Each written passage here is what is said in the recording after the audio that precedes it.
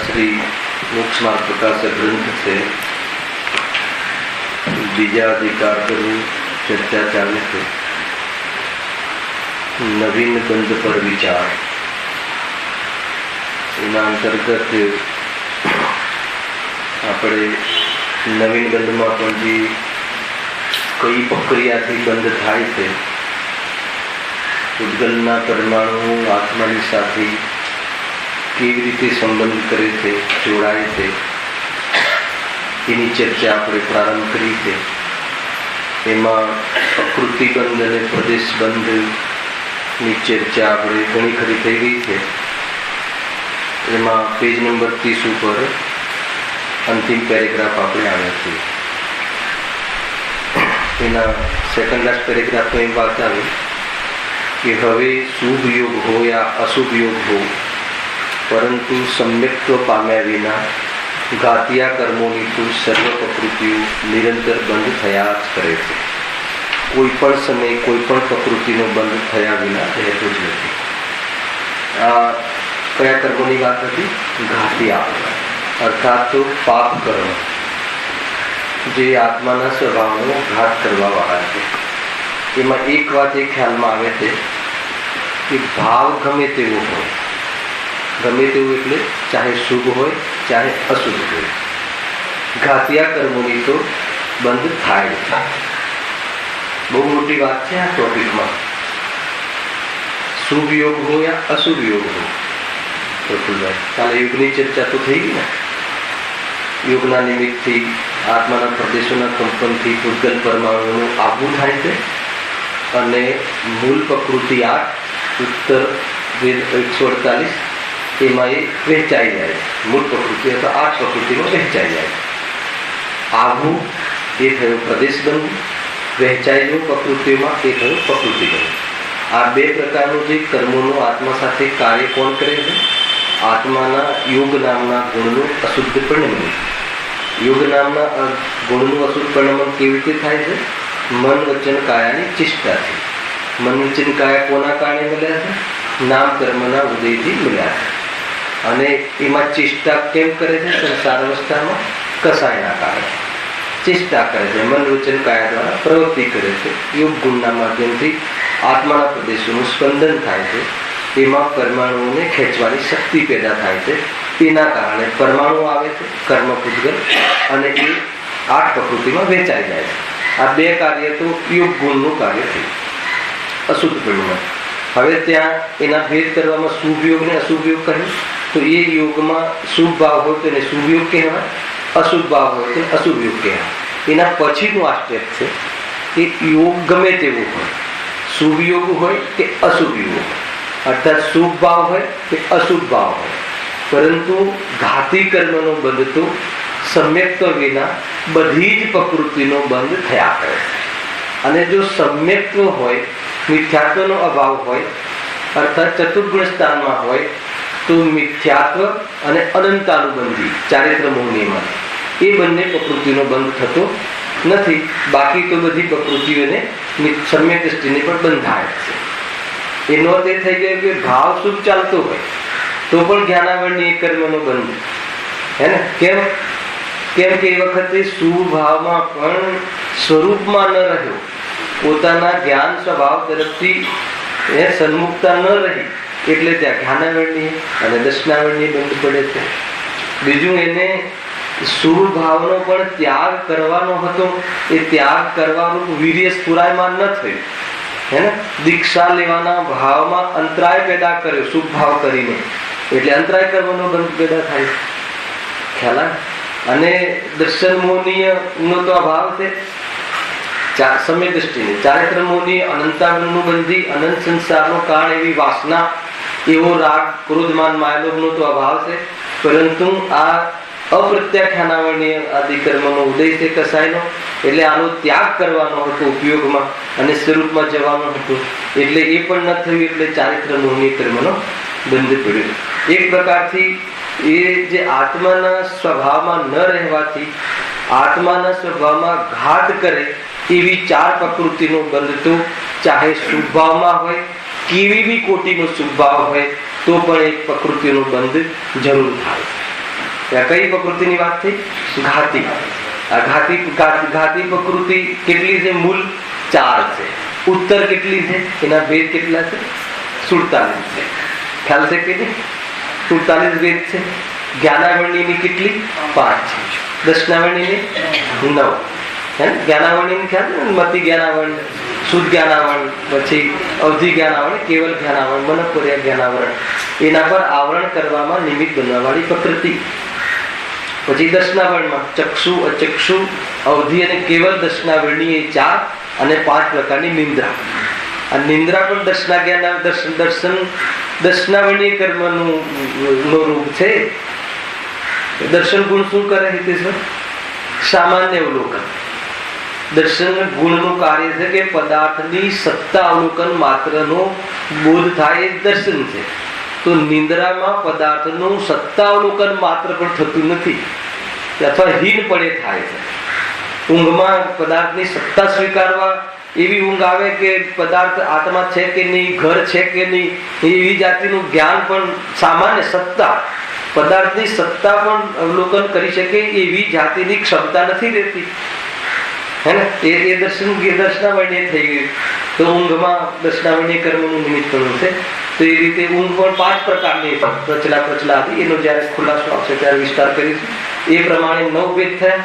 પછી મોહનીયના કેટલા ભેદ છે? 28. તેમાં દર્શન મોહનીય એના 3, જે મિથ્યાત્વ, સમ્યક મિથ્યાત્વ અને સમ્યક પ્રકૃતિ, એને એ પ્રમાણે 3 ટુકડા, એના 3 છે. અને ચારિત્ર મોહનીય ના 25. ક્રોધમાન માયાલોભના જે 4 સ્ટેજ છે, અનંતાનુબંધી, પ્રત્યાખ્યાન, પ્રત્યાખ્યાન, સંજલ, 16, 9 કસાય, એમ 25. એટલે 25 ને 3 28. મોહનીયના 28. અને અંતરાયના 5. લોભ અંતરાય, લાભ અંતરાય, વીર્ય અંતરાય આદિ, ભોગ અંતરાય આદિ, એમ 5.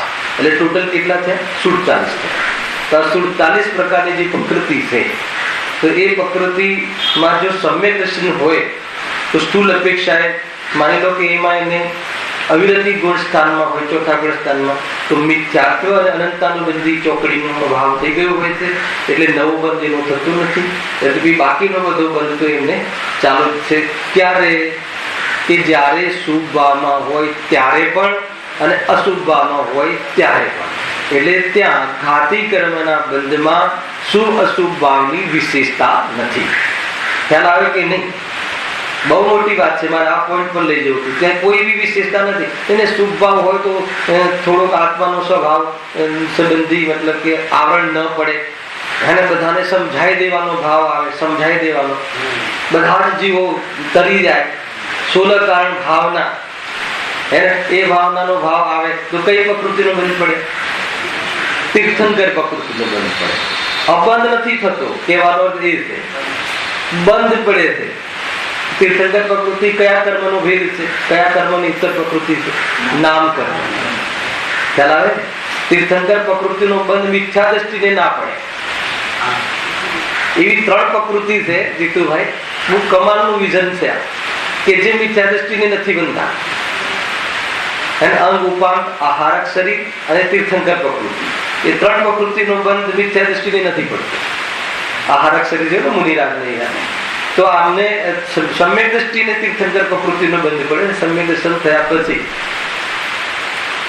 અને એ પણ નિયમ છે, કયા સમ્યક દર્શન સાથે બંધ પડે? રાખે કોઈ પણ સમ્યક દર્શન, સર્વક્ષમ સમ્યક દર્શન હોય તો પણ એક શરત છે કે કેવલી અને શુદ્ધ કેવલીના પાદમૂલમાં જ પડે. તમે સમજો? એટલે પંચમ કાળમાં શુદ્ધ કેવલી અને કેવલીનો અભાવ છે. એટલે પંચમ કાળમાં કોઈ જીવને એ તીર્થંકર પ્રકૃતિનો બંધ ન થાય. તરણાયુગ કહે છે. ખ્યાલ આવે છે કે ભલે તીર્થંકર થવાના હોય પણ અહીંયા બંધ ના પડે, કેમ કે એ સાક્ષાત નિમિત્ત નૈમિત્તિક સંબંધ છે. કાં તો કેવલી જોઈએ, કાં તો કોઈ શુદ્ધ કેવલી હોય, ત્યારે એવી જાતિની વિશુદ્ધિ બને. ગજબ છે તીર્થંકર પ્રકૃતિ સંબંધી કર્ણાન યુગ જે છે ને, કર્ણાન યુગમાં કર્મ કાંડમાં 93-94 ની ગાથા છે. કોઈને વિસ્તારથી પ્રમાણ જોઈએ તો આગમનો હે ને, સ્ત્રીઓને એવી શુદ્ધિ થતી નથી કે તીર્થંકર પ્રકૃતિનો બંધ થાય, ચાહે એને ક્ષયક્ષમ સમ્યક દર્શન હોય કે ક્ષાયક સમ્યક દર્શન હોય કે કેવલીનો સંયોગ હોય. સ્ત્રી અવસ્થા રહેતા તીર્થંકર પ્રકૃતિનો બંધ પડે એવી વિશુદ્ધિ નથી હોતી એ જીવમાં, કે આ તો શુભ ભાવમાં બંધ પડે છે. શુદ્ધ ભાવ હોવો જોઈએ, પણ બંધ શુભ ભાવના કારણે પડે. જ્યાં તીર્થંકર પ્રકૃતિનો બંધ સ્ત્રી પર્યાયમાં પડતો નથી, તો કોઈ સ્ત્રીનો જીવ તીર્થંકર હોય, સ્ત્રી પર્યાયમાં મલ્લીનાથને સ્ત્રી કહે છે એ સંપ્રદાયમાં, તો કહે છે કે કેવી રીતે સંભવ? અચ્છા, તીર્થંકર પ્રકૃતિનો બંધ પડે એમાં કયા ભાવ નિમિત્ત હોય? 16 કાળ. 16 કાળ ભાવના જે છે એ કયું તત્વ થયું? સંવર તત્વ થયું, નિર્જા તત્વ થયું, મોક્ષ તત્વ થયું, આશ્રવ અને બંધ તત્વ થયું. એટલે સંવર 16 કાળ ભાવનાનું પૂજન આપણે ત્યાં નથી હોતું. 16 બંધ તત્વની પૂજા કેવી રીતે હોય? તો પછી આપણે ત્યાં 16 કાળની પૂજા છે શું છે? હવે પરિષદમાં કરશે બધા 16 કાળની પૂજામાં ધ્યાન રાખજો. આગળ વાળું છે ને હવે એટલે કેવું, એમાં 16 કાળનું પૂજન નથી હોતું. 16 કાળના નામના માધ્યમથી તીર્થંકર પ્રકૃતિનું જેને બંધ થયું છે એને ઉદય આવ્યો છે અરિહંત અવસ્થામાં. તીર્થંકર પ્રકૃતિનો ઉદય 4 થી લઈ અને 7મા ગુણસ્થાન પર્યંત થાય. 8મા ગુણસ્થાનના 6ઠ્ઠા ભાગ પછી એનો બંધ થતો નથી શુદ્ધોપયોગમાં. 8મા ગુણસ્થાનના લેવલમાં સમજ આ બધું છે. હવે એનો ઉદય આવે છે અરિહંત પરમાત્માને, તો એના ઉદય જેને આવ્યો છે એવી અરિહંત અવસ્થાને 13મા ગુણસ્થાન વર્તી અરિહંત પરમાત્માની પૂજા છે. 16 કાળની પૂજામાં 16 કાળની ભાવનાની પૂજા નથી. કે 16 કાળ ભાવના કયો ભાવ છે? શુભ ભાવ છે. આવે છે કે નહીં?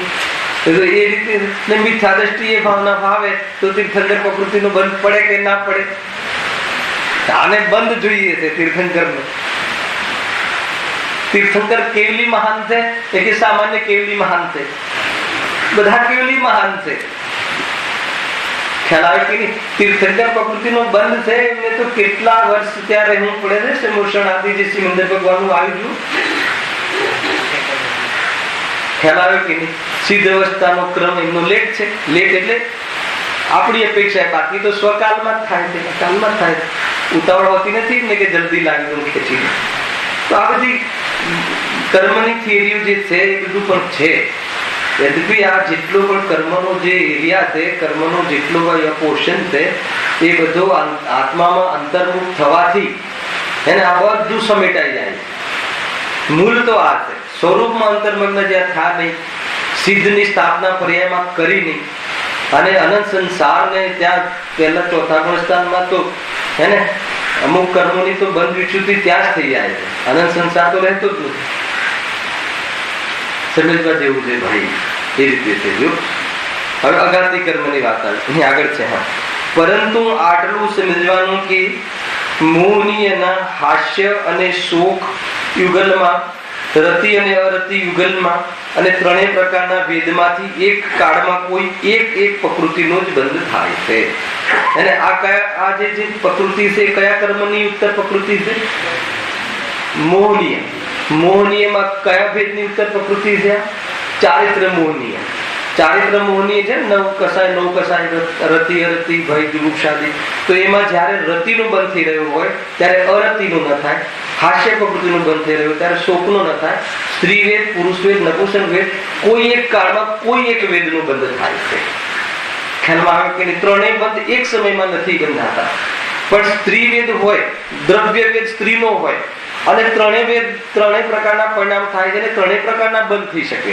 પણ એક સમયમાં ઉપયોગમાં એક પરિણામ હોય ત્યારે એક થાય છે. પણ છતાં મોહનીય તો આવી જ ગઈ ને, મૂળ પ્રકૃતિ મોહનીયનું નામ તો આવી જ ગયું. એટલે બધી પ્રકૃતિ બંધાય છે. એમાં મુખ્ય રૂપથી મૂળ પ્રકૃતિની મુખ્યતાથી છે. ઉત્તર પ્રકૃતિમાં બધી બંધાય એવું નથી. ઉત્તર પ્રકૃતિમાં મોહનીયના જેટલા ભેદ છે એ બધા બંધાય એમ નહીં. જેમ કે સમ્યક દ્રષ્ટિને મોહનીયનો કયો ભેદ નથી બંધાતો? એક તો મિથ્યાત્વનો દર્શન મોહનીય વાળો, અને ચારિત્ર મોહનીયમાં અનંતાનો બંધી, ચતુર્ગુણસ્થાન વર્તી હોય તો. છતાં પણ એને મોહનીયનો બંધ કહેવાય કે ના કહેવાય? કેમ કે બાકીની જે મોહનીયના ભેદ છે એમાંથી કોઈ ને કોઈ તો બંધ થયા જ રાખે છે. એ અપેક્ષાએ અહીંયા કહ્યું કે કોઈ ને કોઈ તો આમાં એ બંધ નિરંતર, બે શબ્દ છે, કોઈ ને કોઈ, અર્થાત ઉત્તર પ્રકૃતિમાંથી કોઈ પણ એક હોય, પણ બધી જ પ્રકૃતિનો નિરંતર બંધ થયા રાખે છે. નિરંતર કહ્યું એટલે શું? જયારે શુદ્ધ ઉપયોગમાં હશે ત્યારે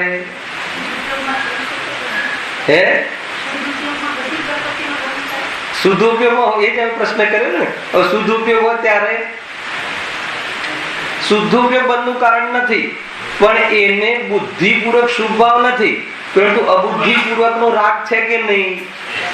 તો અબુદ્ધિપૂર્વક નો રાગ કરનાર યોગ છે. એક એક પરિણામનું ફલ છે. જેટલો શુદ્ધ પરિણામ છે એટલી તો મુનિરાજને કે જ્ઞાની ધર્માત્માને કે સમ્યક દ્રષ્ટિ જીવને શુદ્ધ પરિણતિ તો નિરંતર હોય છે. તો એને લઈને જે બાકીની જે પેલી 42 કે 43 પ્રકૃતિની બંધ વિચ્યુતિ થઈ, એનો તો નવો બંધ થતો જ નથી. ખ્યાલ આવે કે નહીં? તો એ પ્રકારની નિજરા પણ છે. પણ જયારે શુદ્ધ ઉપયોગમાં જાય છે ત્યારે એ વખતે નવો બંધ થાય છે કે નહીં? શુદ્ધ ઉપયોગની જેને પૂર્ણતા થઈ ગઈ એને નવ બંધ થતું નથી, પણ શુદ્ધોપયોગની પૂર્ણતા નથી થઈ અને શુદ્ધોપયોગ છે, તો એને જેટલી પૂર્ણતા નથી થઈ એ વિભાગમાં શું હશે કે જેથી પૂર્ણતા નથી થઈ? ઉપયોગ રૂપથી તો કોઈ વેપાર દેખાતો નથી, પરંતુ અબુદ્ધિપૂર્વકનો રાગ ત્યાં જરૂર છે. ખ્યાલ આવે મોતીલાલ? અત્યારે આપણને કોઈ પરિણામ નથી તો ઉપયોગમાં નથી, પણ વાસનામાં તો છે ને. તો પડ્યા છે તેનો બંધ ચાલુ છે, ભલે મંદ બંધ ચાલુ છે પણ બંધ ચાલુ છે. હવે સમજો, વિકર્ણાનો યોગ છે, સ્વરૂપાન છે. શુદ્ધ ઉપયોગની પૂર્ણતા કયા ગુણસ્થાનમાં કહ્યું? 11, 12, 13, 14 આદિ એના ઉપરના 4 ગુણસ્થાનમાં ત્યાં શુદ્ધ ઉપયોગની પૂર્ણતા થઈ ગઈ છે. ત્યાં ઉપશમ છે 11મા ગુણસ્થાનમાં, પણ ઉપયોગમાં કોઈ જાતિનો ભાવ છે નહીં. તો ત્યાં નવો બંધ નથી, પણ ઉદય છે કર્મનો. ઉદય છે પણ બંધ થતું નથી. એટલે શું આપણે અત્યારે બંધની ચર્ચા ચાલે છે, ઉદયની ચર્ચા નથી. તો બંધ ક્યાં સુધી છે? 10મા ગુણસ્થાન સુધી બંધ કહ્યું કે ના કહ્યું? કસાય બી 10મા ગુણસ્થાન સુધી રહે છે, અને જ્યાં સુધી કસાય રહે છે ત્યાં સુધી બંધ રહે.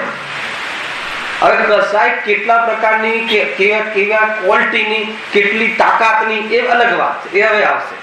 પણ બંધ ત્યાં જરૂર થાય. ત્યાં યોગનું સંક્રમણ થાય છે, યોગનું સ્પંદન થાય છે, અને કર્મનું આવવું એ બધું થાય છે. તો અહીંયા એ કહ્યું, એટલે એવું નહીં સમજ્યું કે અરે ગમે તેવો શુભ ભાવ હોય તો પણ અહીંયા કહે છે કે ઘાતી કર્મ તો બંધ ચાલુ જ રહે છે અને નિરંતર. કદાચિત કોઈ શુદ્ધ ઉપયોગમાં જઈ આવે તો અબુદ્ધિપૂર્વકની જેટલી કસાય છે એટલો બંધ ચાલુ રહે છે. કર્ણાન યોગના વિષયો છે, જે રીતે જ્ઞાનીઓએ કહ્યું છે એ રીતે આપણે બુદ્ધિપૂર્વક એનો સ્વીકાર કરવો જોઈએ. આગળ અઘાતી પ્રકૃતિઓમાં શુભ યોગ હોય, અહીંયા હવે ભેદ પડે છે. ત્યાં તો શુભ યોગ હોય કે અશુભ યોગ હોય, ત્યાં તો ઘાતી કર્મ 4 પ્રકારના બંધાય છે. ખ્યાલ આવી ગયો? અને અહીંયા જો શુભ યોગ હોય ને અશુભ યોગ હોય તો કઈ પ્રકૃતિ બંધાય ને કઈ ના બંધાય, અહીંયા ભેદ પડે. અઘાતી પ્રકૃતિઓમાં શુભ યોગ હોય તો સાતા વેદની આદિ પુણ્ય પ્રકૃતિઓનો, અને અશુભ યોગ હોય તો અસાતા વેદની આદિ પાપ પ્રકૃતિઓનો, તથા મિશ્ર યોગ હોય તો કોઈ પુણ્ય પ્રકૃતિઓનો તથા કોઈ પાપ પ્રકૃતિઓનો બંધ થાય છે. ચાલો, આ કયો બંધની ચર્ચા ચાલે છે?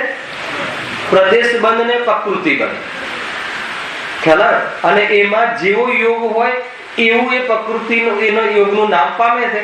શુભ ભાવ હોય તો શુભ યોગ કહેવાય, અશુભ ભાવ હોય તો અશુભ યોગ કહેવાય. કોઈ પણ યોગ હોય, શુભ હોય કે અશુભ હોય, ઘાતી પ્રકૃતિ તો નિરંતર બંધાય છે બધી. પરંતુ અઘાતી કર્મમાં બે ભેદ પડે છે. કયા? પાપ પ્રકૃતિ ને પુણ્ય પ્રકૃતિ. હવે અઘાતી કર્મના કેટલા ભેદ, કેટલી પ્રકૃતિ છે? મૂળ 4. કઈ કઈ? આયુ, નામ, ગોત્ર અને વેદની. આ 4 અઘાતી. અઘાતી કર્મ કોને કહેવાય? કે જે આત્માના ગુણોનો અથવા સ્વભાવનો ઘાતમાં નિમિત્ત ન બને. તો શામાં નિમિત્ત બને? આત્માના પ્રતિજીવી ગુણોના ઘાતમાં નિમિત્ત બને, અનુજીવીમાં નહીં. સુખ સાથે સંબંધ છે, જાણવાના સાથે સંબંધ છે, એની સાથે નહીં. પણ જે અનુપ્રતિજીવી અર્થાત તો આત્માના સંયોગમાં અને એ ફળ આપે છે એને અઘાતી કર્મ. ઘાતી કર્મ ક્યાં ફળ આપે છે? આત્માની પર્યાયમાં નિમિત્ત તરીકે ફળ આપે છે. આ બધું પહેલા થઈ ગયું છે. આ તો એ જોડાણ નહીં હોય તો ખ્યાલ નહીં આવે. અઘાતી કર્મ સામગ્રી મેળવી આપે છે આત્મા, એમાં નિમિત્ત બને, શરીર આદિ આ તે એ રીતે. તો એ પ્રમાણે એમાં શું ભેદ પડે છે? બે ભેદ પડે છે. એક પાપરૂપ ને એક પુણ્યરૂપ. પેલા જે અઘાતી કર્મની પ્રકૃતિ મૂળ 4, ઉત્તર કેટલી? 47 તો ઘાતીમાં જતી રહી, ટોટલ 148 છે, એટલે બાકી કેટલી રહી? 101 રહી. હવે 101 માં નામ કર્મની પ્રકૃતિના 93 ભેદ. મુખ્ય મોટો પોર્શન તો નામ કર્મ. નામ કર્મનો બહુ મોટો રોલ છે જીવનમાં. ખ્યાલ? એમાં 62 પ્રકૃતિ તો શરીરને ટીપટોપ રાખવામાં લાગે છે. પહેલા એમ કે 62 તો સંગાત છે, સહનન છે, સ્પર્શ રસ ગંધ વર્ણ છે, 20 પ્રકારના તો એ ભેદ છે. કેવા કલર, કેવો કલર અને મેચિંગ, ભાવ સાથે મેચિંગ, એમ કયો કલર જોઈએ, કેવી હાઈટ શું છે, તો હાઈટ, બોડી, હાડકાની મજબૂતાઈ, આકાર, સમચતુરસ સાદી છે ને આકાર, ફેસનો આકાર, એ બધું ટીપટોપ કોણ કરે છે? નામ કરે કે પ્લાસ્ટિક સર્જરી. ખ્યાલ આવે છે કે નહીં? 62 પ્રકૃતિ તો એમાં છે. અને બાકીની જે પ્રકૃતિ છે 4 ગતિ, 5 જાતિ આદિમાં જે છે ને તીર્થંકર આદિ, એમાં એ પ્રમાણેનું ફળ આપે છે. કઈ ગતિમાં આવે, આવું રૂપ લઈને ક્યાં પેદા થવું, હે ને? જગન્ને ભોગભૂમિમાં કેવું હોય છે? જગન્ને ભોગભૂમિમાં હે ને મનુષ્યનું શરીર જ હોય, અને ઉપરના જે આ જે ફેસ હોય ને એ બધા પ્રાણીઓના, પશુઓના, એવી જાતિનો મનુષ્ય પણ હોય છે. જગન્ને ભોગભૂમિમાં જે દેવગતિના દેવોનું સ્વરૂપ બધું એવું હોય છે. અનેક પ્રકારના આકાર પ્રકાર છે, કલ્પના ના કરી શકે જીવ, એવી જાતિના આપણે આકારો પ્રકારો પંચ પરાવર્તનો પ્રાપ્ત કર્યા છે. તો આ બધું કોના નિમિત્તમાં હોય છે? નામ કર્મ. આ વિજ્ઞાન પણ જાણવા જેવું છે. અધ્યાત્મ એટલું જ સટીક છે, એટલું જ આ બધું પણ છે. તે પ્રમાણે ત્યાં જે 3 પ્રકારના ભેદ થયા, એમાં ભેદ પડે છે શુભ નામ ને અશુભ નામ.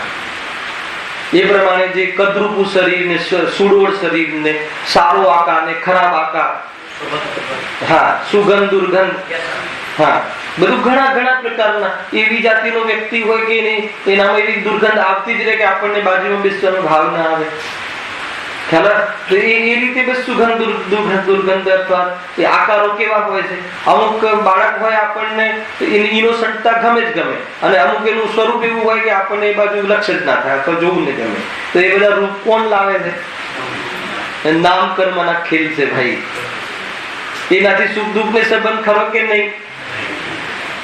એને કોઈને એકદમ કાળો કલર હોય, પેલા કોણ હોય છે આફ્રિકન, તો એને ગોળ કેવો લાગે? કડવો લાગે કે ગળ્યો લાગે? અને ગોળ ખાઈને જે આપણને આનંદ આવે છે ને એને આનંદ આવે છે, એમાં શું ફરક પડે? એની ભૂખનું જે સ્વરૂપ છે એની ક્ષુધા, અને આપણને ક્ષુધા લાગે, એમાં શું અંતર પડે? અચ્છા, એ સમ્યક દર્શન કરીને આનંદ કરે અતિન્દ્રિયનો, હે ને? અને અહીંયાનો કોઈ આમ લાંબો 8 ફૂટ લાંબો ઘોરો એકદમ એ સમ્યક દર્શન કરીને આનંદ કરે, શું ફરક પડે? કોઈ ફરક પડતો નથી. ખ્યાલ આવે કે નહીં? આકારની મહત્તા નથી, સ્વાનુભવમાં સાર છે. આકારનું કોઈ મહત્વ નથી. એ તો કલાકાર જે ચિત્રકાર છે ને, નામ કર્મનું કાર્ય છે. અને આકારો આત્માના એ આકારો છે નહીં. આત્મા તો નિરાકાર છે, દેહ પ્રમાણ આકાર છે, એ આત્માના પ્રદેશોનો આકાર છે. અને જે પૂદગલમાં જેવો આકાર દેખાય છે એવા આકાર તો કઈ છે નહીં. લાલ, લીલા, પીળા, કાળા, અને એવા તો કોઈ એવા કલર વાળા આકાર તો છે નહીં. તો આપણે સમજવા જેવું, આ ત્યાંથી પણ ભેદ જ્ઞાન થાય છે. તો ત્યાં પણ શુભ અશુભ ના ભેદ પડે છે. પછી ગોત્ર લઈ લો તો ઉચ્ચ ગોત્ર, નીચ ગોત્ર. પછી આયુ, આયુમાં શુભ આયુ, અશુભ આયુ. નરક આયુ છે, અશુભ છે, અને બાકીના જે છે 3 શુભ આયુ છે. એટલે આયુ કર્મના 4 ભેદ, ગોત્રના 2 ભેદ, નામ કર્મના 93 ભેદ, અને વેદનીયના 2 ભેદ. સાતા વેદનીય અને અસાતા વેદનીય. ખ્યાલ? અસાતા અશુભ રૂપ છે, સાતા શુભ રૂપ છે. તો આ પ્રકારના ત્યાં 101 પ્રકૃતિ ઉત્તર પ્રકૃતિ થઈ, પેલી 47 થઈ, 148 કલ્યાણ યોગનો ઘણો ખરો ભાગ આજે ચલાવે. ત્યારે બહુ મોટું આમાં તો કયા સમયમાં કેટલી પ્રકૃતિ બંધાય, કેટલી ન બંધાય, કયા ભાવ રહે, કયા એક ચારિત્ર સંબંધી આ ગુણસ્થાનમાં આટલા ભાવ રહે, આટલા ન રહે, આ ભૂમિકામાં આનાથી વધારે ભાવ ખરાબ આવે નહીં, આ ભૂમિકામાં આનાથી વધારે શુભ ના આવે, બધું જ બધું આમ એકદમ કેલ્ક્યુલેશન છે. જીવનો પુરુષાર્થ તો જ્ઞાતા દ્રષ્ટાપણામાં છે. જીવનો પુરુષાર્થ તો જે વસ્તુ જેવી છે એવું સ્વીકાર કરી અને સ્વરૂપમાં રહેવાનું છે. કઈ પ્રકૃતિને પહેલી લાવું ને કઈને બદલું ને આમ કરું, આ ભાવ કરું તો આ પ્રકૃતિ આવે, એવું બધું કઈ સ્વરૂપ છે નહીં. સ્વરૂપમાં રહે તો હર પ્રકૃતિ પોતપોતાના કાળમાં રહીને પોતાની સ્થિતિ પૂરી કરીને ચાલી જાય છે. એ રીતે જો આ તો આગળ વિષય લેવો છે ને તો થોડી જાણકારી બી આપવી જરૂરી છે. અઘાતી પ્રકૃતિઓમાં શુભયોગ હોય તો સાતાવેદની આદિ, પુણ્ય પ્રકૃતિ હોય તો અઘાતી પ્રકૃતિઓમાં શુભયોગ હોય તો સાતાવેદની આદિ પુણ્ય પ્રકૃતિઓનો, અશુભ યોગ હોય તો અસાતાવેદની પાપ પ્રકૃતિ, અને એ પ્રકારની પ્રકૃતિના પરમાણુ આવે છે. હજુ તો આવે છે ની વાત ચાલે છે અને વહેંચાઈ જાય છે, બે બંધની વાત ચાલે છે. શુભ ભાવમાં શુભ ભાવ હોય તો અઘાતી કર્મમાં શુભ પરમાણુઓ આવે અને સામા સામા વેચાય.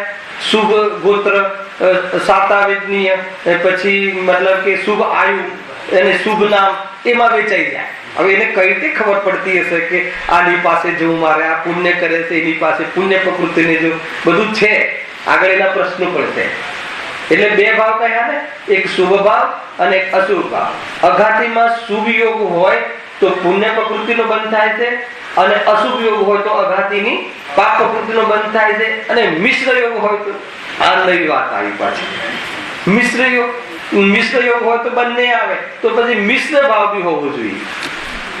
હવે મિશ્ર ભાવ કઈ રીતે હોય એ બતાવે તો કદાચ માનો કે આપણે મંદિર જઈએ છીએ અને ઝડપથી જઈએ છીએ, હેને, બહુ જલ્દી જઈએ. શું કામ જલ્દી આવે? ટ્રેન ના છૂટી જાય એટલે. ખ્યાલ આવે કે મંદિર જવાની સાથે ટ્રેન ના છૂટે, દુકાને જવા સંબંધી તો બે ભાવ ચાલે છે ને, તો મિશ્ર થઈ ગયું. બને કે ના બને? એ રીતે છે.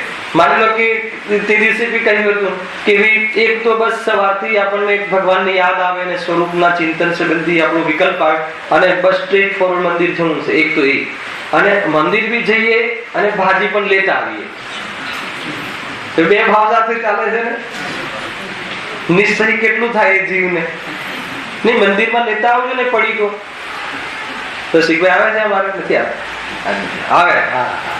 આવે કઈ વાંધો નહીં, ત્યાં પેકેટ લેતા આવજો ને મંદિરમાં. આપણે હવે એમના ખીચામાં હોય ત્યાં સુધી વિકલ્પ હા કરે કે આપવાનું છે. હવે બે મિશ્ર ભાવ ચાલે છે કે નહીં? અને અહીંયા પ્રવચન એ ચાલતું હોય કે ધન ને આત્મા વચ્ચે અત્યંત ભાવ છે. સમજમાં આવે છે કે નહીં? સાંસારિક પ્રયોજનના કાર્યોથી સંપૂર્ણપણે નિવૃત્ત થઈ અને સ્વાધ્યાય આદિ અર્થાત મંદિર આદિમાં પ્રવેશ કરવો. ખ્યાલ આવે કે નહીં? નિશ્ચય 12 ભાગ 1 હમણાં ચાલશે. ઉપર બેનો બહુ સરસ ચલાવે, ક્યારેક 5 મિનિટ પાછળ ભરીને સાંભળવા જેવું છે. કોઈ બેન ચલાવે છે, બહુ સરસ સમજાવે, સમજવા જેવું છે ભાઈ. એ મિશ્ર યોગ તો એ વખતે પુણ્ય પ્રકૃતિ તથા કોઈ પાપ પ્રકૃતિનો બંધ થાય છે. એ પ્રમાણે યોગના નિમિત્તથી કર્મનું આગમન થાય છે. માટે યોગ છે તે આશ્રવ છે, એમ કહ્યું છે. અને યોગ કર્મનું આવવું અને પ્રકૃતિમાં વહેંચાવું બે કાર્ય શું છે? યોગ ગુણનું કાર્ય છે. આપણા આત્માની સાથે આત્માના પ્રદેશો સાથે પૂતગલ પરમાણુઓનું કેવી રીતે જોઈન્ટ થાય છે? તો કે યોગથી, ચેષ્ટાઓથી, બોલવાની ચેષ્ટા, ગાવાની ચેષ્ટા, ભક્તિ ગાવાની ચેષ્ટા. કાલે બહુ વિસ્તારથી લીધું હતું ભાઈ. તો એ પ્રમાણે એવા પ્રમાણેના પરમાણુઓ આવે છે અને પાછું 8માં વેચાઈ જાય છે. આયુનો બંધ પડી ગયો હોય તો 7માં વેચાય. અને કયામાં કેટલા પરમાણુનું જવું સિદ્ધાંત પ્રમાણે બધું એ પ્રમાણે નક્કી છે. પરમાણુ બધા એ પ્રમાણે ત્યાં જાય છે, ઓટોમેટિક બધી વ્યવસ્થા છે. કોઈ જગ્યાએ કોઈને કાંઈ કરવું પડે એવું નથી. કેટલા પરમાણુ જ્ઞાનાવરણીમાં જો હવે આગળ તો કેટલા કાળ સુધી રહેવું એને એ પણ નક્કી કરી નાખે છે પરમાણુ. અને કેવી જાતિની આ જીવને મારે પરેશાનમાં નિમિત્ત બનવું, કેટલી થપાટ મારવી જોરથી કે ધીમેથી, બધું એ પ્રમાણે અનુભવ એ આવશે. એ બધું એક જ સમયમાં ચારે વસ્તુ નક્કી થઈ જાય છે. જીવ અહીંયા ભાવ એક કરે અને આ ચારે પ્રકારની વસ્તુઓ એક સાથે નક્કી થઈ જાય છે.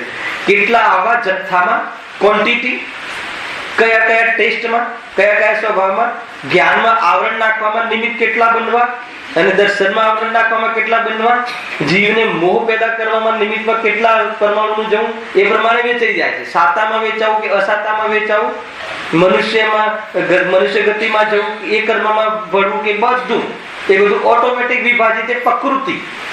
અને પછી આગળ આવશે કે હવે કસાયના નિમિત્તથી શું થશે, કેટલી સ્થિતિ, કેટલી રહેવું અને પછી કેવી જાતિનો કેવા પાવરથી આને ફળ આપવું, છતાં સુખી દુખી થવું, એ તો મોહ અને મોહના અભાવ પર નિર્ભર છે. સ્થિતિ ગમે તેવી કરે કર્મ, ગમે એટલી મોટી થપાટ મારે, પરંતુ દુખી થવું કે ના થવું એ આપણા માટે સ્વતંત્ર છે. બહારમાં સ્થિતિઓ બનવી એ આપણા હાથમાં નથી. એટલે એ આપણા પોતાના ભાવના નિમિત્તથી બહારમાં કર્મનું થવું એ પ્રમાણે સ્થિતિ બને, પણ ત્યાં મારે દુખી થવું કે ના થવું, ખ્યાલ આવે કે નહીં? એક પગનું નીકળી જવું એ વખતે મારે દુખી થવું કે ના થવું એ આપણા હાથમાં. સમજમાં આવે છે કે નહીં? બહુ ઊંચી વાત છે. જો હા, એ પ્રમાણે યોગના નિમિત્તથી કર્મનું આગમન થાય છે. માટે યોગ છે તે આશ્રવ છે એમ કહ્યું છે. ખ્યાલ આવે? યોગ દ્વાર. વળી એ યોગ દ્વારા ગ્રહણ થયેલા કર્મ પરમાણુઓનું નામ પ્રદેશ છે. પરમાણુને જીનાગમમાં પ્રદેશ પણ કહે છે. એટલે પરમાણુનું આવવું થયું, પરમાણુનું બંધાવું થયું, એને પ્રદેશ બંધ પણ નામ આપવામાં એટલા માટે આવ્યું કેમ કે પરમાણુનું નામ પ્રદેશ પણ છે. તેઓનો બંધ થયો અને તેમાં મૂળ ઉત્તર પ્રકૃતિનો વિભાગ થયો. તેથી યોગ વડે પ્રદેશ બંધ વા પ્રકૃતિ બંધ થાય છે એમ સમજવું. અત્યાર સુધી આપણે આટલું સમજ્યા હતા અને અહીંયા પંડિતજી આપણને લીટી બતાવી કે યોગ દ્વાર છે ને, યોગ દ્વાર છે. જેમ કોઈ દ્વારમાં બધા આવે એમ યોગ દ્વાર છે. દ્વાર એટલે એનું સ્પંદન થાય છે. એ વખતે પરમાણુ આવે છે. એમાં એનું નામ શુભ અશુભ યોગ ક્યારે પડે? ભાવની ઓરથી પડે. શુભ અશુભ ભાવ ના હોય તો પણ યોગ હોય છે, એ કાલે બતાવ્યું હતું. શુભ અશુભ ભાવ ના હોય તો પણ યોગ હોય એવો કોણ જીવ છે? અરિહંત પરમાત્મા. એટલે ત્યાં એમને શુભ ભાવ નથી, અશુભ ભાવ પણ નથી, પણ યોગ છે. કેમ કે વાણીની ચેષ્ટા છે અને દિવ્ય ધ્વનિ ખરે છે. મોઢેથી, કંઠથી નહીં, આખા શરીરથી ખરે છે, સર્વાંગથી. એટલે ત્યાં વાણીનું કાર્ય છે, કાયાનું કાર્ય પણ છે, ક્ષેત્રથી ક્ષેત્રાંતર. જડ મનનું કાર્ય નથી, મનનું આલંબન નથી, શુભ અશુભ ભાવ પણ નથી, પરંતુ કાયાનું અને વચનનું ચેષ્ટાઓ જોવા મળે છે. 14મા ગુણસ્થાને કાયાની ચેષ્ટા જોવા મળે છે. તો એ પ્રમાણેનું ત્યાં આપણે વાત આવી. કાયા જોવા મળે છે, ચેષ્ટા જોવા નથી મળતી. ચેષ્ટા 13મા ગુણસ્થાન સુધી જોવા મળે છે. એમ લેજો, ચેષ્ટા ત્યાં નથી. 14મા ગુણસ્થાનમાં અલયરું જે છે ત્યાં ચેષ્ટા તો ત્યાં જોવા મળે છે. અને જયારે અંત સમય હોય ને ત્યારે યોગનું વધારે સ્પંદન થાય. દીવો બંધ થવાનો હોય ને તો વધારે ટીમટીમાય છે. ત્યારે એવી જાતિનું ઉદાહરણ આપે છે આચાર્ય. તો ત્યાં ભાવ નથી પણ યોગ છે. સમજ્યું? અહીંયા શું છે? નીચેની દશાઓમાં ભાવ પણ છે અને યોગ પણ છે, કસાય પણ છે અને યોગ પણ છે. એટલે કસાયનું નિમિત્તપણું પામીને એ યોગને શુભ અશુભના ભેદ કર્યા.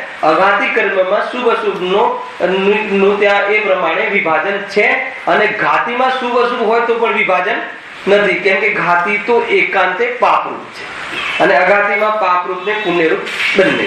એવી રીતે આ કર્મોનું આવવું થાય છે, આવી અને વહેંચણી થવી થાય છે. એવા જીવ શું કરે છે? હે ને, આવવામાં કેટલા પરમાણુ લાવવા એ નક્કી નથી કરી શકતો. એના સ્પંદનના આધાર ઉપર કેટલા પરમાણુ આવવું એ નક્કી થાય છે.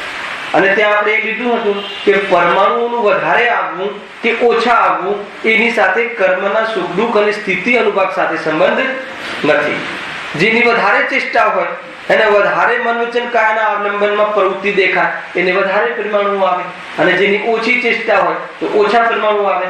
એમાં શુભ ભાવ નિમિત્ત હોય તો એને શુભ યોગ કહેવાય, અશુભ હોય તો એને અશુભ યોગ કહેવાય. એ પ્રમાણે પાપ અને પુણ્ય પ્રવૃત્તિમાં પરમાણુ વેચાઈ જાય છે, સ્વયં વેચાઈ જાય છે. સ્વયં પરમાણુને પાપ વાળા જીવ પાસે પુણ્ય પ્રકૃતિ ન જાય, પાપ પ્રકૃતિ એની પાસે ચોટે, કેવી જાતિનું સ્વરૂપ છે. ઓટોમેટિક બધી વ્યવસ્થાઓ છે એ રીતે. હવે જે બીજો પોષણ આજે પ્રારંભ કરીએ છીએ, બહુ ઊંચી વાત છે, એમાં બહુ સુંદર વાત છે. વળી મોહના ઉદયથી મિથ્યાત્વ ક્રોધાદિ રૂપ ભાવ થાય છે. આ મોહનો ઉદય એમાં શું લેવું? અહીંયા તો શીખવાડેલું છે. મોહનો ઉદયમાં શું લેવું? કર્મ લેવું. મોહ ભાવ કહીએ તો શું લેવું? જીવનો ભાવ લેવો. આ બે વાત બરાબર યાદ રાખજો, નહીં તો આ કથન નહીં સમજાય. જ્યારે જ્યારે કોઈ જગ્યાએ લખ્યું કે મોહનો ઉદય છે તો શું સમજવાનું? મોહનીય કર્મનો ઉદય છે. અને જીવ મોહ ભાવ કરે છે, મિથ્યાત્વ ભાવ કરે છે તો એ જીવના ભાવ છે, એને પરિણામ છે. કર્મ ઉદય થાય અને જીવમાં પરિણામ થાય. આ બંને વસ્તુ અલગ અલગ છે. ખ્યાલ? કર્મનો ઉદય હોય, ક્રોધ કર્મનો ઉદય થાય છે, એ જળ કર્મનો. પણ ક્રોધ ભાવ થાય છે, એ જીવનો ભાવ છે. એટલે એક જળ મિથ્યાત્વ પણ છે અને એક ચેતન મિથ્યાત્વ પણ છે. ના ખ્યાલ? જળ મિથ્યાત્વ એટલે કર્મ, મિથ્યાત્વ નામનું કર્મ છે. બાકાયદા એ પરમાણુ બનેલું કર્મ છે, એનો ઉદય થાય છે. અને આ બાજુ જીવ મિથ્યાત્વનું ભાવ પણ પરિણમન એ વખતના કાળમાં કરે. તો વળી મોહના ઉદયથી મિથ્યાત્વ ક્રોધાદિ રૂપ ભાવ થાય છે, તે સર્વનું સામાન્યપણે કસાય એ નામ છે. એને આ સામાન્ય નામ કહ્યું ને કે મિથ્યાત્વ અને મોહ. ફરીથી મિથ્યાત્વ અને રાગ દ્વેષ સમજો. ત્રણેયને એક શબ્દમાં કોઈ વખતે જીનાગમમાં મોહ શબ્દ પણ કહ્યો છે. ત્રણેયને એક શબ્દમાં પણ કહે છે. જ્યાં મોહ રાગ દ્વેષ કહે ત્યાં મોહ એ શ્રદ્ધા ગુણનું વિપરીત પરિણમન થઈ ગયું અને રાગ દ્વેષ એ ચારિત્ર ગુણનું વિપરીત પરિણમન થઈ ગયું. બરાબર છે? હવે રાગ દ્વેષનું વિભાજન કરવામાં આવે તો ક્રોધમાન માયા લોભ ચાર ભેદ પડે છે રાગ દ્વેષના. ક્રોધમાન માયા લોભના જો ભેદ કરવામાં આવે તો અનંતાનુબંધી ક્રોધમાન માયા લોભ, અપ્રત્યાખ્યાનાવર્ણી ક્રોધમાન માયા લોભ, પ્રત્યાખ્યાનાવર્ણી ક્રોધમાન માયા લોભ, સંજન ક્રોધમાન માયા લોભ, એમ 16 પ્રકારના ભેદ પડે છે. અને એ સિવાય હાસ્ય રતિ રતિ 9 કસાય. એ રીતે જે મોહ અને રાગ દ્વેષ, તો રાગ દ્વેષના પેટમાં 25 ભેદ પડ્યા. ખ્યાલ? આમ તો અસંખ્યાત ભેદ છે, અસંખ્યાત લોક પ્રમાણ, પરંતુ અહીંયા 25 જ ગણાવ્યા. 25 પણ આપણને યાદ નથી રહેતા, પણ કરે છે અસંખ્યાત. અને અનંત કાળની અપેક્ષાએ અનંત કયો ભાવ બાકી રાખ્યો છે જીવે? મિથ્યાત્વ સહિત. જેટલા ઊંચામાં ઊંચો જેટલો થઈ શકે, નૈમિત નરક જઈ શકાય એવો પણ ભાવ કર્યો છે. અને નીચામાં નીચો નિગોત અને 7મી નરકમાં જઈ શકાય એવો ભાવ પણ અનંતવાર કર્યો છે. તો અહીંયા મોહનીય કર્મના ઉદયથી મિથ્યાત્વ ક્રોધાદિ રૂપ ભાવ થાય છે. એ બધાનું એક નામ કહેવું હોય તો એને કસાય પણ કહેવાય છે. એકલી કસાય શબ્દ કોઈ જગ્યાએ વાપર્યો હોય તો આ બધા ભાવો અંદર આવી શકે છે. હવે કસાયમાં જેને જે પ્રકારની કસાય હોય, મિથ્યાત્વ નીકળી ગયું હોય તો અપ્રત્યાખ્યાનાવર્ણીય કસાય હોય, અપ્રત્યાખ્યાનાવર્ણીય નીકળી ગયું હોય તો ત્યાગ ના કરી શકે એવી જાતિનું, પ્રત્યાખ્યાન નીકળી ગયું હોય મુનિરાજને તો શુભ ભાવ રૂપ કસાય હોય, ખ્યાલ? સંજલન કસાય હોય. જે લેવલમાં જે પ્રકારના પરિણામ હોય એ પ્રકારમાં પણ એ બધા શું કહેવાય? કસાય. મુનિરાજને વ્રતના ભાવ આવે એને શું કહેવાય? કસાય. ગજબ છે. આપણને પૂજાના ભાવ આવે એને કયો ભાવ કહેવાય? કસાય. સમજમાં આવે છે કે નહીં? એ બધા કસાય છે. કસાય એટલે શું? આત્માને દુઃખ દે એને કસાય કહે છે. આત્માને મંદ દુઃખ દે છે શુભ ભાવમાં, એટલે આપણને ખ્યાલ નથી આવતો. અને તીવ્ર ભાવ, તીવ્ર કસાય હોય તો દુઃખ આપણને મહેસૂસ થાય. પરંતુ મંદ કસાયમાં મંદ દુઃખ, તીવ્ર કસાયમાં ઘણું દુઃખ. ખ્યાલ આવે કે આ બધું ક્વોલિટી છે, સમજવા જેવું પોઈન્ટ છે. તો એ બધાને સામાન્યપણે કસાય. ભેદોમાં જે સમેટાય એને સામાન્ય કહે છે. ખ્યાલ આવે? સામાન્ય કોને કહે? આપણે સામાન્ય શબ્દ આવે તો ત્રિકાલી ધ્રુવ ભગવાન આત્મા. અરે સામાન્ય વિશેષતા પણ કઈ ભેદ? સર્વ ભેદો જેમાં સમાઈ જાય એને સામાન્ય કહે. અને એ સામાન્યના ભેદોને વિશેષને ભેદોને વિશેષ કહે. મતલબ આપણે એમ કહીએ કે અહીંયા લીમડાનું ઝાડ છે, અહીંયા પીપળાનું ઝાડ છે, અહીંયા આંબાનું ઝાડ છે, અહીંયા પપૈયાનું ઝાડ છે, પણ બધા ઝાડને એક સાથે કહેવું હોય તો વૃક્ષત્વ એ સામાન્ય છે. હવે વૃક્ષત્વમાં ભેદ કરવો હોય તો એને વિશેષ કે આનું છે આનું છે. અહીંયા કોણ બેઠા છે? બધા મનુષ્ય. એ સામાન્ય કથન થઈ ગયું. મનુષ્યના ભેદ કરો, કોણ બેઠા છે? તો કે સ્ત્રી અને પુરુષ બેઠા છે. અચ્છા, પુરુષવત તો પુરુષની અપેક્ષા સામાન્ય, પણ પુરુષમાં કોણ બેઠા છે? કે બાળકો પણ બેઠા છે, ઘરડા પણ બેઠા છે, યુવાન પણ બેઠા છે. તો એ વિશેષ, એ જેમાં ભેદો સમાઈ જાય એ સામાન્ય, અને સામાન્યના ભેદોને વિશેષ કહે. એટલે આ બધા જે ક્રોધ, માન, માયા, લોભ, શુભ ભાવ, અશુભ ભાવ, કોઈ પણ પ્રકારના, એ બધા સામા લપેટાય છે કસાય. એ બધા કસાય. હવે કસાય અને યોગ બંધના બે કારણ કયા? યોગમાં શું બંધ થયો? પ્રકૃતિને પ્રદેશ બંધ. હવે કસાયથી કયો બંધ થાય છે જોઈએ. યોગ તેનાથી કર્મ પ્રકૃતિઓની સ્થિતિ બંધાય છે. ત્યાં જેટલી સ્થિતિ બાંધી હોય તેમાં આબાદાકાર છોડી તે પછી જ્યાં સુધી બંધ સ્થિતિ પૂર્ણ થાય ત્યાં સુધી સમયે સમયે તે પ્રકૃતિનો ઉદય આવ્યા જ કરે છે. તો આ વાક્યનો આજે આપણે અર્થ કરીશું. બહુ સુંદર વાક્ય છે. શું કહે છે? તેનાથી કર્મ પ્રકૃતિઓની સ્થિતિ બંધાય છે. પહેલા એ સમજો. સ્થિતિ એટલે ખ્યાલ આવ્યો કે આ જીવને કેટલા સમય સુધી વેતરું કરવું જોઈએ એ સ્થિતિ નક્કી કરવામાં નિમિત્ત પણ જે કર્મના પરમાણુમાં થાય તો એમાં નિમિત્ત કોણ છે? કસા. આવે છે કે નહીં?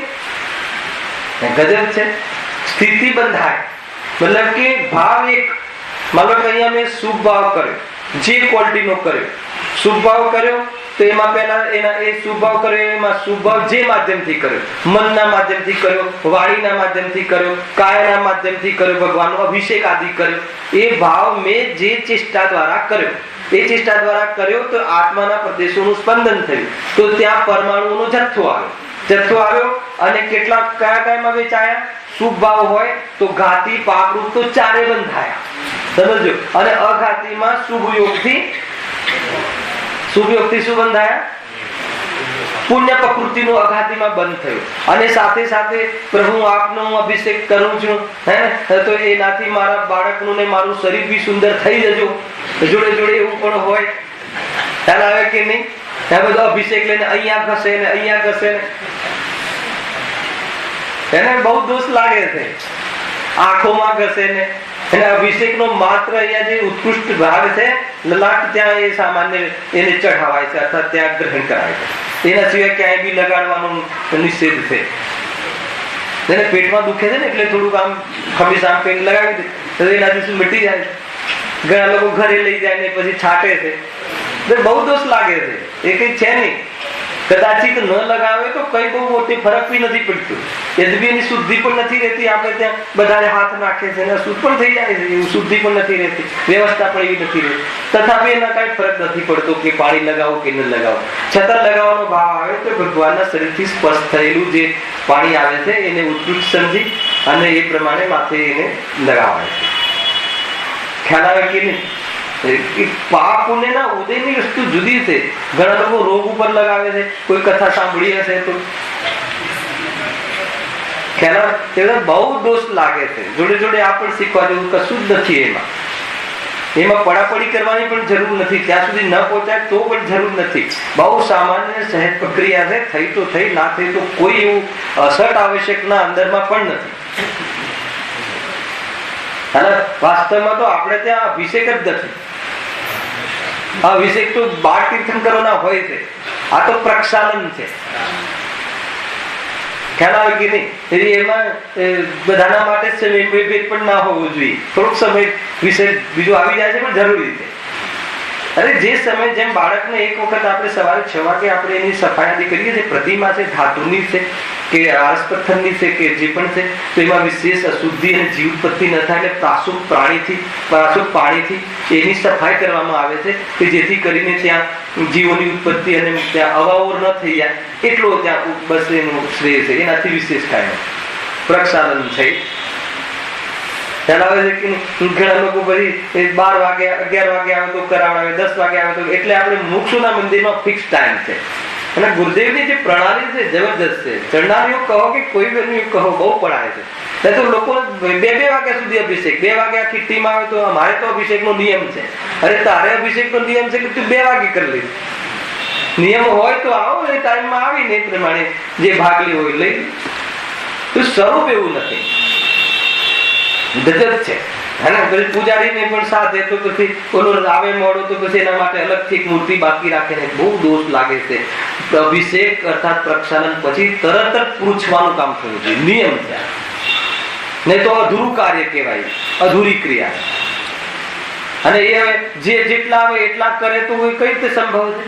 જેટલા આવે એક સાથે કરે, જે બે ભાવ આવ્યા હોય અને એ પ્રમાણે કરીને પછી પૂછવાનું થાય ને કપડાથી જે પ્રાસું, એ સમય પતી જવું જોઈએ. ખરેખર તો પદ્ધતિ આ રીતે છે. શું રીતે થાય છે એ જીવ જાણે, પણ વસ્તુ એવી જાતિનો આગ્રહ હઠાગ્રહ હોવું નથી. હે ને, તો 12 તીર્થંકરને લઈ આવે છે ત્યાં, ને એ પ્રમાણેનું ત્યાં વિધિ હોય છે. તો સંસારી જીવ છે. અહીંયા તો આપણા જે તીર્થંકરો ભગવાન જયારે મુનિરાજ હોય ને ત્યારે એમના 7 ગુણમાં એક ગુણ છે. કયું છે ખબર? અસ્નાનતા, અદંત ધોવન. જયારે મુનિ અવસ્થા હોય છે એ વખતે સ્નાન નથી, સ્નાન છોડી દીધું હોય છે. તો પછી ભગવાનને સ્નાનની વાત તો ક્યાંથી આવે? તમારું આવે છે કે નહીં? 28 મૂળ ગુણ છે કે નહીં? 28 માં 7 જે છે અંદરમાં, એ 7 માં આ છે ગુણ જોઈ લેજો. મુનિરાજ ને કે જે મુનિ હવે તીર્થંકર હતા અર્યંત સિદ્ધ બનશે, તો એ જયારે મુનિ અવસ્થામાં નાતા નતા, અર્યંત અવસ્થામાં નાવાનું કામ કરશે. તો છે ને, એ તો પ્રતિમાનું પ્રક્ષાલન છે. ભગવાનને તો ત્યાં સ્નાન જેવું હોતું જ નથી. પરમાત્માનું તો શુદ્ધ શરીર, શરીરમાં પણ જ્યાં જીવોની ઉત્પત્તિ ન થાય, મલ નહીં, ત્યાં પેલો પ્રશ્વેત પશીનો નહીં, એવી જાતિનું પરમાત્માને શરીર હોય. ત્યાં ધોવાની ને બધી તો વાત જ નથી હોતી. એ તો ધોવું એને પડે કે જેને મલિન થાય.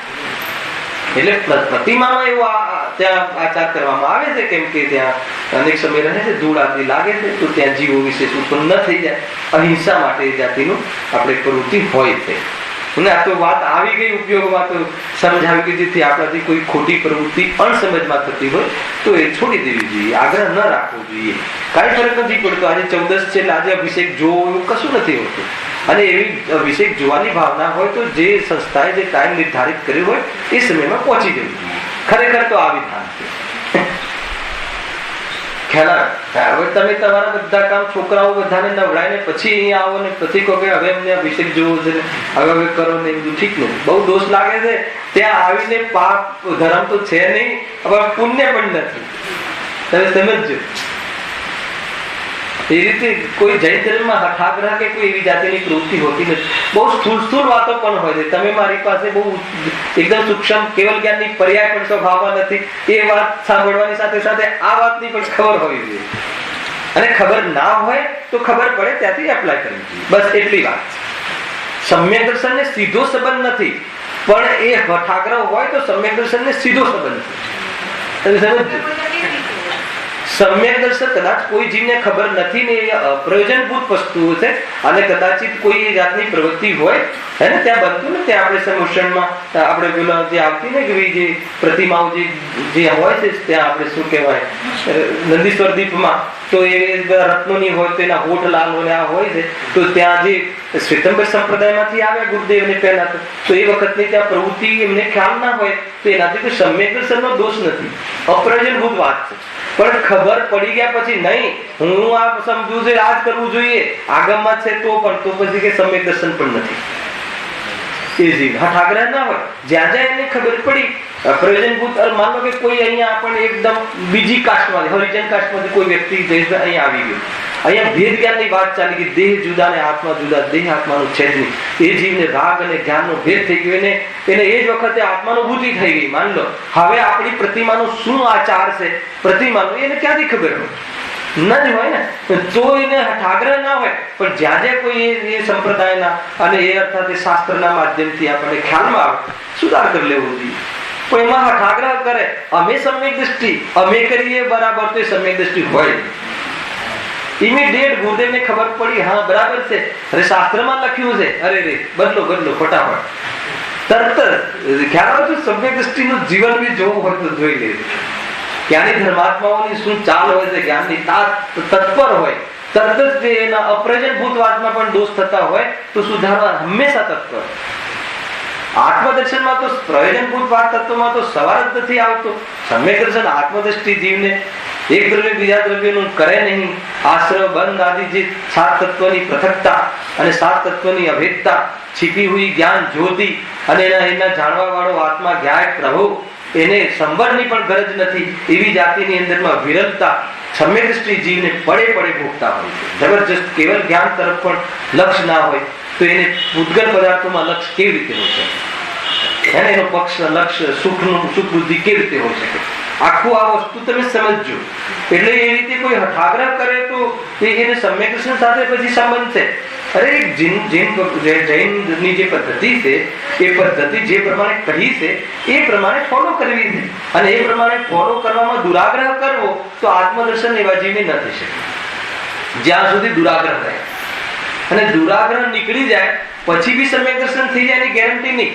સમ્યક દર્શન તો આત્માના આશ્રયથી થાય છે, પરંતુ એવા જીવને જ્યારે થશે ત્યારે એને આગ્રહ ના હોય એવા જીવને થશે. આખું બેલેન્સ સમજજો તમે, નહીં તો જીવ એવી જગ્યાએ અટકી જાય છે, આખો ભાવ ખોઈ નાખે છે, ખ્યાલ એને આવતો નથી. વાત ઘણી સ્થૂલ હોવા છતાં પણ બહુ ઉપયોગી છે. કેમ કે જ્યારે જૈન ધર્મનો સ્વાધ્યાય મેં ચાલુ કર્યો ત્યારે મને પોતાને કોઈ પણ કહે કે ભાઈ આ આમ છે, અરે આમાં જીવ હોય છે, ન ખવાય તો છોડી દેવાનું. હવે એને ટેસ્ટ કરાવવાનું સૂક્ષ્મદર્શક કેન્દ્રમાં લઈ જવાનું શું જરૂર છે? અરે એનાથી તારું જીવન નિભેજે ના વગર તો કદાચિત કોઈ જીવ ભક્ષ હોય અને કોઈનાથી એમ કહેવાય ગયું હોય તો પણ શું થઈ ગયું? આપણે તો આખિરકાર તો લોલુપતા ઘટાડવી છે. ખાવાની લોલુપતાના ભાવની વાત છે મુખ્ય તો. અને જીવનને ચાલવા માટે નિમિત્ત તરીકે બહારનો હવા, પાણી, સૂર્યનું તેજ અને સામાન્ય ભોજન આદિ જે બહારના 10 પ્રાણમાં નિમિત્તનું કેટલું હોય છે. મીઠાઈ ખાઈએ તો વધારે જીવીએ એવું ક્યાં લખ્યું છે? 5 હાથ ઘીમાં નાખીએ તો મતલબ કે જીવન વધારે હોય એવું છે? ઉપરથી રોગ થઈ જાય છે અત્યારે પચાવવાની તાકાત ના હોય છે કે નહીં? આ બધી સ્થૂલ વાતો પણ સમજવા જેવી છે. લોલુપતા પર ઘટાડવાની વાત છે ને. લોલુપતા તૂટે ને અભક્ષ પદાર્થો તરફ લક્ષ્ય ના હોય સ્વાભાવિક છે, પણ એનાથી સમ્યક દર્શનને સંબંધ નથી. સમ્યક દર્શન એ સુખ બુદ્ધિ તોડવાની વાત છે. આત્મદ્રષ્ટિ, તારી દ્રષ્ટિમાં એ ભાવ વસી ગયો તો મિથ્યા દ્રષ્ટિ, અને તારી દ્રષ્ટિમાં એ ભાવની કોઈ કિંમત ન લાગી કેમ કે સ્વભાવ તો જાણવાનો છે. તો કહે છે કે તારી દ્રષ્ટિ કેળવાઈ ગઈ છે. એનો મહિમા આવી ગયો. જો અમે તો બહુ આમ તો પતી ગયો. એ સ્વભાવ, એ જે વિભાવ હતો એ દ્રષ્ટિમાં લઈ લીધો. દ્રષ્ટિમાં લેવા લાયક નહોતો. હોય એ વાત જુદી, પણ દ્રષ્ટિમાં વસાવા જેવો નહોતો. સમજમાં આવે છે કે એવું સ્વરૂપ છે સમજવા જેવી વાત. જો વળી તેનાથી કર્મ પ્રકૃતિઓની સ્થિતિ બંધાય છે. આનો અર્થ ચાલી રહ્યો. સ્થિતિ બંધાય છે. સ્થિતિ બંધાય છે એટલે શું થાય છે કે કેટલા જેવી પ્રકારની, જેટલા પ્રકારની, જે રીતની અમારી કસાય હોય એ જે તાકાતથી આવી હોય એ કસાયના આધાર પર જે પરમાણુઓ યોગના આધાર પર આવ્યા હોય અને એમાં સ્થિતિ પડે કે આ જીવને 1000 વર્ષ સુધી અશુભ અસાતા વેદનીય કર્મ એવું એનામાં નક્કી થઈ જાય છે કે 1000 વર્ષ આ જીવના સંગમાં રહેવું. ખ્યાલ આવે છે કે નહીં? 1000 વર્ષ રહેવું, 1 લાખ વર્ષ રહેવું, 17 કોડા કોડી રહેવું, 30 કોડા કોડી રહેવું. સમજ એવું તો આવવા વાળું છે. ત્યાં જેટલી સ્થિતિ બાંધી હોય તેમાં આબાદકાળ છોડી તે પછી જ્યાં સુધી બંધ સ્થિતિ પૂર્ણ થાય ત્યાં સુધી સમય સમયે તે પ્રકૃતિનો ઉદય આવ્યા જ કરે છે. નવો શબ્દ આવ્યો. જેટલી સ્થિતિ બાંધી હોય તેમાં આબાદકાળ છોડી. આબાદકાળ શું છે? જો પેલા તો બંધ થાય, સમજો, બંધ થાય પછી સ્થિતિ પડે, હે ને? પછી કર્મ રહે ક્યાં? સત્તામાં રહે, આત્માની સત્તામાં રહે.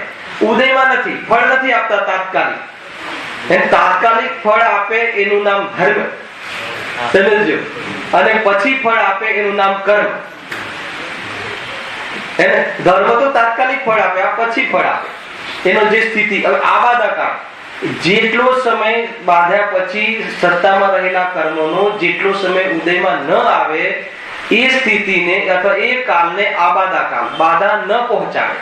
ચાહે પુણ્ય કર્મ હોય કે પાપ કર્મ હોય, ગમે એટલા પાપ કરે એની સ્થિતિ બંધાઈ ગઈ 5000 વર્ષની. હવે એનો જે આબાદકાળ હોય એને પણ, એનો આબાદકાળનું પણ ગણિત છે કરણાનો યુગમાં. એક કોડાકોડી સાગરનો બંધ હોય એમાં 100 વર્ષનો આબાદા કાળ છે. એના પ્રપોર્શનેટ તમારે કેલ્ક્યુલેશન કરી લેવાનું. એક કોડાકોડી સાગરનો કાળનો કાળ જે છે એ કાળમાં એવું બંધ પડે એનો 100 વર્ષ સુધી એ કર્મ ઉદયમાં ના આવે, એવું ગણિત છે. હવે એક કોડાકોડી સાગર શું છે? એક કોડાકોડી શું છે?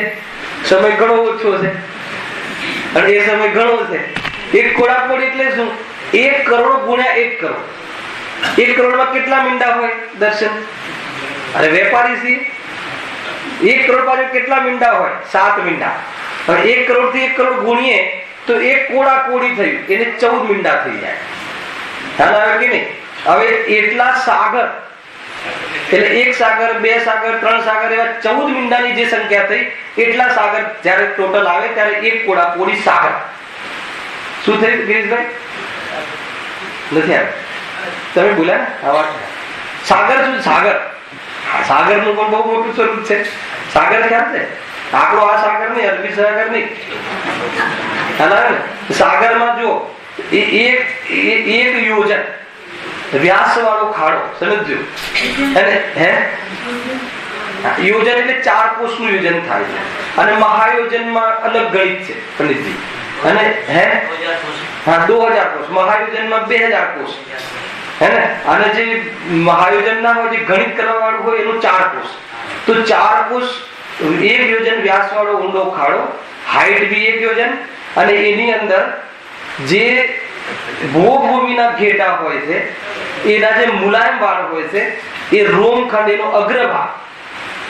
કર્મભૂમિનું જે ઘેટું હોય છે એનો જે વાળનો અગ્રભાગ 4096 ભાગે બારીક હોય છે.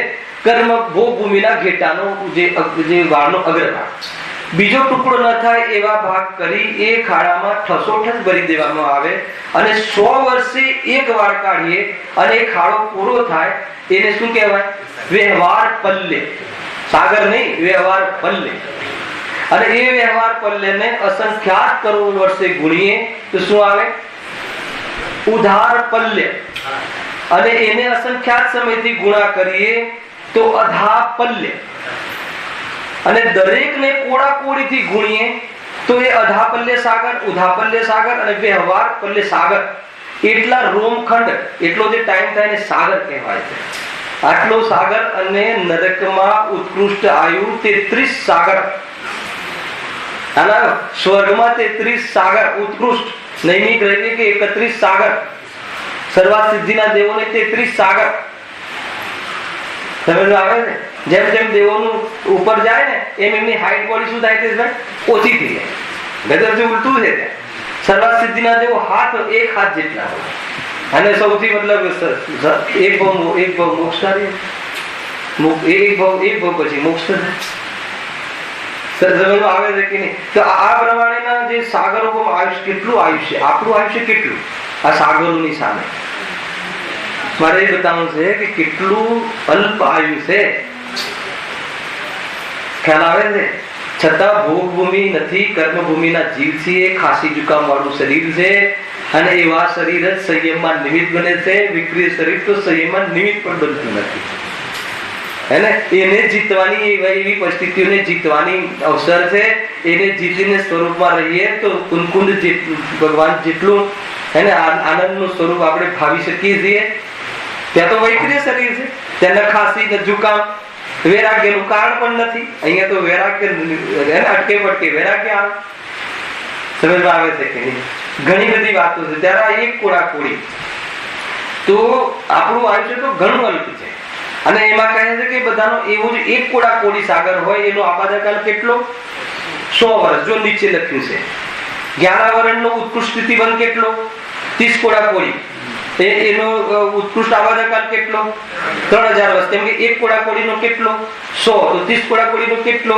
3000 વર્ષ છે ને ઉત્કૃષ્ટ આબાદકાળ. એટલે 30000 વર્ષ સુધી તો એ જીવને ઉદયમાં જ ના આવે. કેટલા ભાવ નીકળી જાય એનાથી એ ખ્યાલ આવે છે કે હમણાં કરેલા કર્મ હોય ને જીવ કે હમણાં ખરાબ કર્મ કરે છે, કેમ આને કાંઈ થતું નથી? આ બધું લાવવું પડે છે.